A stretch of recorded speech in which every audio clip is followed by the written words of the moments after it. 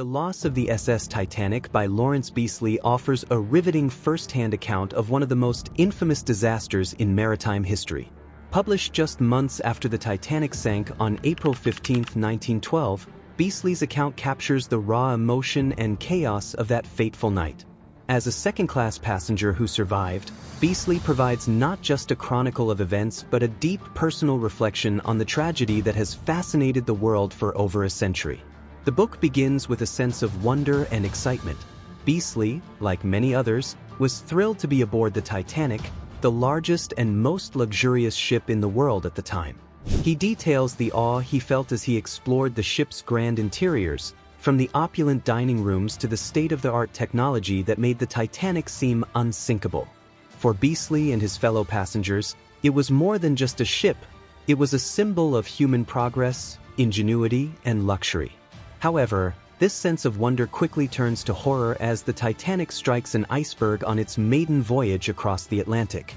Beesley's narrative transitions into the heart-pounding tension of the ship's final hours. What makes his account so gripping is the way he captures both the physical and emotional atmosphere of the disaster. He describes the moment when the collision occurred, a subtle jolt that was so soft it was almost imperceptible to many passengers. At first, there was little panic. Few could comprehend that the unsinkable Titanic was in danger, and it took a while before the gravity of the situation became clear. Beesley writes with remarkable clarity about the confusion that ensued. The lifeboat system, tragically inadequate for the number of passengers on board, was implemented poorly.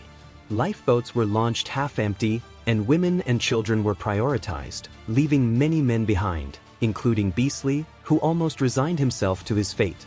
His description of the scene on deck as passengers faced their mortality is chilling. Some prayed, others sang hymns, while a few remained in denial until the very end. The ship's band, famously, continued to play even as the ship tilted further into the freezing waters of the North Atlantic. What makes the loss of the SS Titanic particularly valuable is the detailed observations Beesley made about the disaster. He reflects on the inadequacies of the safety measures, the lack of lifeboats, and the overconfidence in technology that ultimately contributed to the catastrophe. He questions why the ship was traveling at such high speeds despite warnings of icebergs, and he criticizes the complacency of both passengers and crew who believed the Titanic was invincible. Beesley's insights offer a glimpse into the human errors and organizational failures that played a significant role in the disaster, adding layers of understanding to the well-known facts of the event. One of the most poignant moments in the book is Beesley's account of his survival. He was one of the fortunate few to make it onto a lifeboat, and he writes about the harrowing experience of watching the Titanic slowly sink into the ocean. The lights flickered out, and the ship broke apart before disappearing beneath the waves, taking over 1,500 souls with it. From the lifeboat, Beesley could hear the desperate cries of those left behind in the icy waters, a sound he described as one of the most haunting and unforgettable aspects of the tragedy. Yet, despite the horror of the night, Beesley's tone remains surprisingly measured and reflective throughout the book. He doesn't dwell on his personal survival but rather focuses on the broader lessons to be learned from the disaster. He advocates for better safety measures, stricter regulations, and improved communication systems between ships.